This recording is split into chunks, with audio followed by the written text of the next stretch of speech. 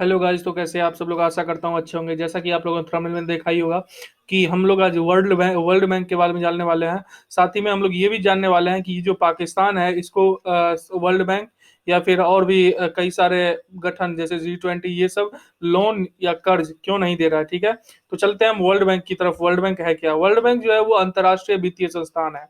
अंतर्राष्ट्रीय वित्तीय संस्थान कहने का मतलब कि अंतर्राष्ट्रीय स्तर पर जो भी ऋण प्रदान करती है। क्या प्रदान करती है? ऋण ऋण देती है, कर्ज देती है। ठीक है, इसका जो मेन मुख्यालय है वो अमेरिका के वाशिंगटन डीसी में है। कहाँ पे है? संयुक्त राष्ट्र अमेरिका जो है सबसे विकसित देश जिसको कह सकते हैं, तो वो जो है वो उसके जो है सो मतलब कि राजधानी वाशिंगटन डीसी के अंदर अवस्थित है इसका मुख्यालय।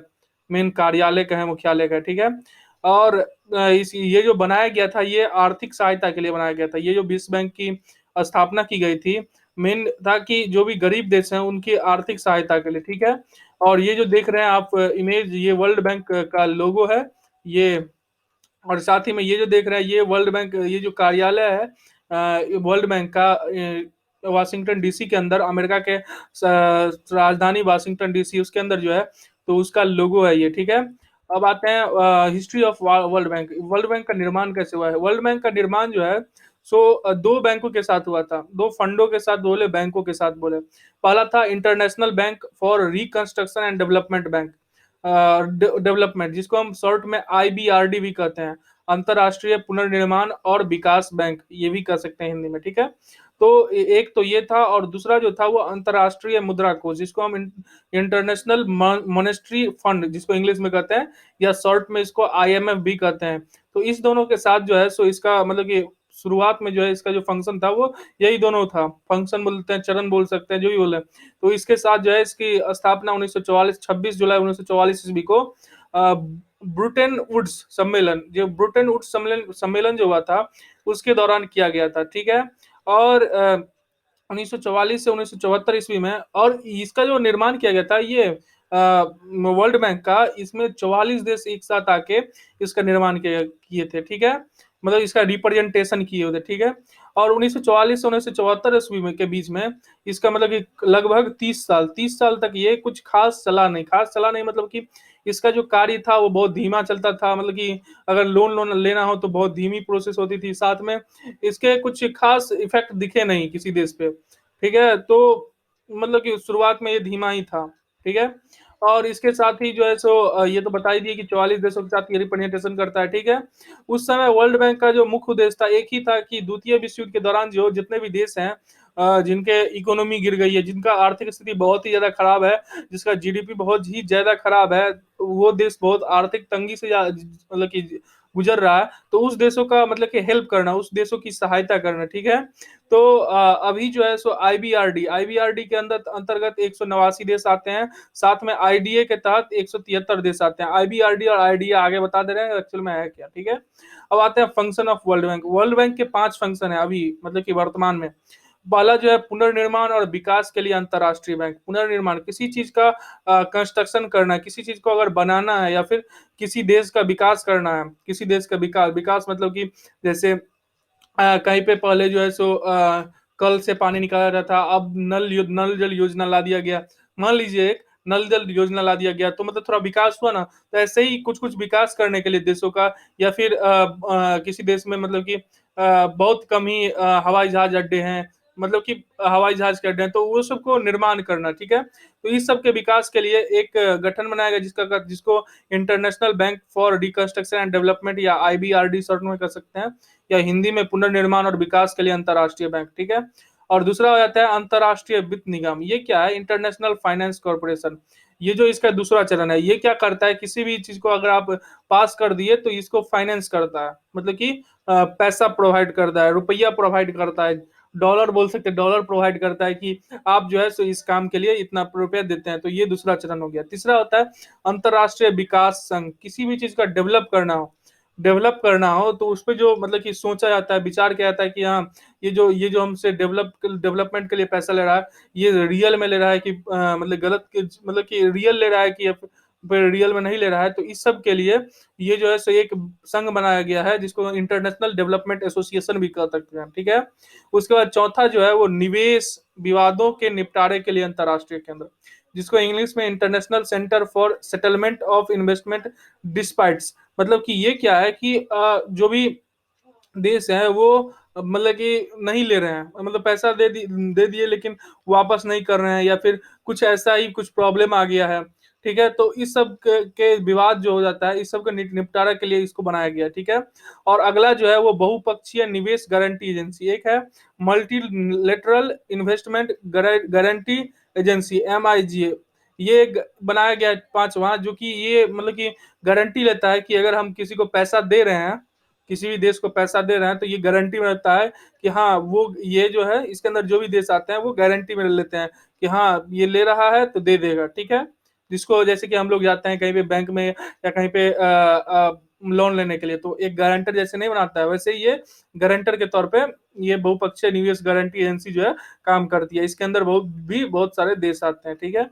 अब आता है विश्व बैंक का कार्य और उद्देश्य। इसका कार्य जो है वो अविकसित, जो कि अविकसित देश, जो देश विकसित नहीं है, या फिर युद्ध विहीन देश, जो जो देश युद्ध से मतलब कि जिस देश के में युद्ध हुआ है और उसके बाद जो है सो उसका विकास मतलब कि पूरा पूरी इकोनॉमी चौपट हो गया है, तो उस सब के विकास और पुनर्निर्माण के लिए ये ऋण प्रदान करता है। विश्व बैंक जो है ऋण प्रदान करता है। साथ ही में गरीब देशों के आर्थिक विकास को बढ़ावा देता है। साथ ही में गरीबों को मतलब गरीबी को हटाने के लिए या इसके उनके जीवन को के स्तर को सुधार करने के लिए इस सब के लिए जो है सो विश्व बैंक जो है लोन प्रोवाइड करता है। साथ ही में ये विश्व बैंक जो है वो कृषि, जल आपूर्ति, स्वास्थ्य, शिक्षा, इस सभी चीजों के लिए भी ऋण प्रदान करता है, ठीक है। और ये जो है सो इसका जो ऋण का गारंटी जो लेता है वो तो समझ ही गए। और साथ ही में जो है सो ये आर्थिक मौद्रिक और तकनीकी सलाह प्रदान करता है, सलाह भी प्रदान करता है, और साथ में ऋण भी देता है, ठीक है। ऋण भी देता है और साथ में सलाह भी प्रदान करता है। आर्थिक तो जानते ही हैं, अगर किसी का इकोनॉमी खराब हो, मौद्रिक मतलब कि मुद्रा जिसके पास पैसा नहीं हो, और तकनीकी तकनीकी मतलब टेक्निकल चीज को लाना। टेक्निकल में आ जाता है कि जैसे कि हवाई जहाज नहीं है तो उसके उसका मतलब कि उसको वो खरीदने के लिए पैसा देना, बहुत सारे चीजों के लिए ये पैसा प्रदान करता है, ठीक है। यही इसके उद्देश्य है। साथ में अब विश्व बैंक और भारत के बीच रिलेशन, तो विश्व बैंक के मतलब कि 1994 ईस्वी में भारत जो था वो MIGA, जो कि मल्टीलेटरल इन्वेस्टमेंट गारंटी एजेंसी जो था है, इसके अंदर है ना, मैंने बताया ना एजेंसी जो कि गारंटी लेती है, तो उसके अंदर भारत शामिल था कि वो गारंटर था, गारंटर बनता था कि हाँ ये जो देश ले रहा है पैसा, ये पैसा वापस करेगा। उसके बाद जो है 1956 ईस्वी में इसको IFC के अंदर मतलब कि शामिल कर लिया गया, इंटरनेशनल फाइनेंस कॉर्पोरेशन, जो कि पैसा प्रोवाइड करता है, उसके अंदर प्रोवाइड कर लिया मतलब कि ले लिया गया। उसके बाद 1960 ईस्वी में इसको IDA के अंदर शामिल कर दिया गया। IDA क्या हो गया, इंटरनेशनल डेवलपमेंट एसोसिएशन, इसके अंदर शामिल कर लिया गया। और IDA बाद में जो है सो एक ही साथ मिल गया मतलब कि वो सभी देश आ गए विश्व बैंक के अंदर, ठीक है। तो अभी जो है सो विश्व बैंक के देशों के अंदर भारत भी शामिल है। साथ में भारत जो है सो 1949 ईस्वी में भारतीय रेल को बढ़ावा देने के लिए IBRD बैंक से IBRD के अंदर से international bank for reconstruction and development से, मैंने बोला ना रिकंस्ट्रक्शन एंड डेवलपमेंट, तो इससे जो है सो 1949 में इन्होंने भारत ने ऋण लिया था, ठीक है। जैसा कि आप लोग देख रहे हैं भारत ने ऋण लिया था। ये हो गया अपना भारत, ये और ये हो गया वर्ल्ड बैंक। और अब आते हैं most of the important points in this video, Pakistan और वर्ल्ड बैंक। ये पाकिस्तान और वर्ल्ड बैंक क्या, पाकिस्तान और वर्ल्ड बैंक में हुआ यूं कि पाकिस्तान जो है सो बहुत ही ज्यादा ऋण ले चुका है। इसने वित्तीय वर्ष मतलब कि पिछले साल से लेकर अभी तक में पिछले साल में ऐसा ही सोच समझे ना, IMF से पाकिस्तान ने $500 मिलियन लिया है, $500 मिलियन। साथ ही में पाकिस्तान जो है ऑल ओवर विश्व बैंक से $1.3 बिलियन लिया है। इस कारण ये इतना ज्यादा लोन लिया है, जिस कारण ऐसा हुआ कि मतलब पाकिस्तान का सरकार बोला कि हम जो है सो 54% ही चुकाएंगे, 46% हमारी जनता देगी। तो हुआ यूँ कि पाकिस्तान के जितने भी नागरिक हैं, उन पे लगभग 1,75,000 रुपए का कर्ज चढ़ गया। ठीक है? तो मेन रीज़न यही था।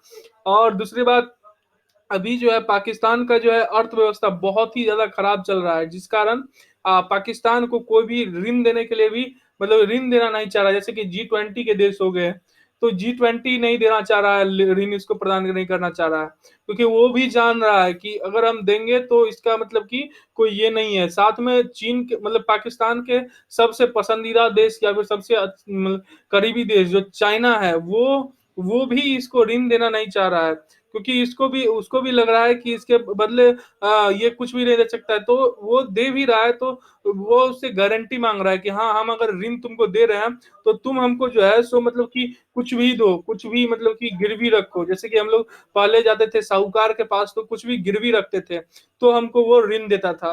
वैसे ही वो कह रहा है कि चाइना कह रहा है कि पहले तुम कुछ भी गिरवी रखो, फिर तुमको हम ऋण देंगे। तो इसी कारण इसे कोई ऋण नहीं दे रहा है, क्योंकि ये बहुत ही ज्यादा कर्ज ले चुका है सभी देशों से। चलिए चलिए दोस्तों, ठीक है, तो ये वीडियो कैसा लगा हमें कमेंट करके बताएं। हमारे चैनल को लाइक करें, साथ में सब्सक्राइब करें, और बेल आइटम को प्रेस करना ना भूलें। Thank you for watching. जय हिंद, बाय बाय।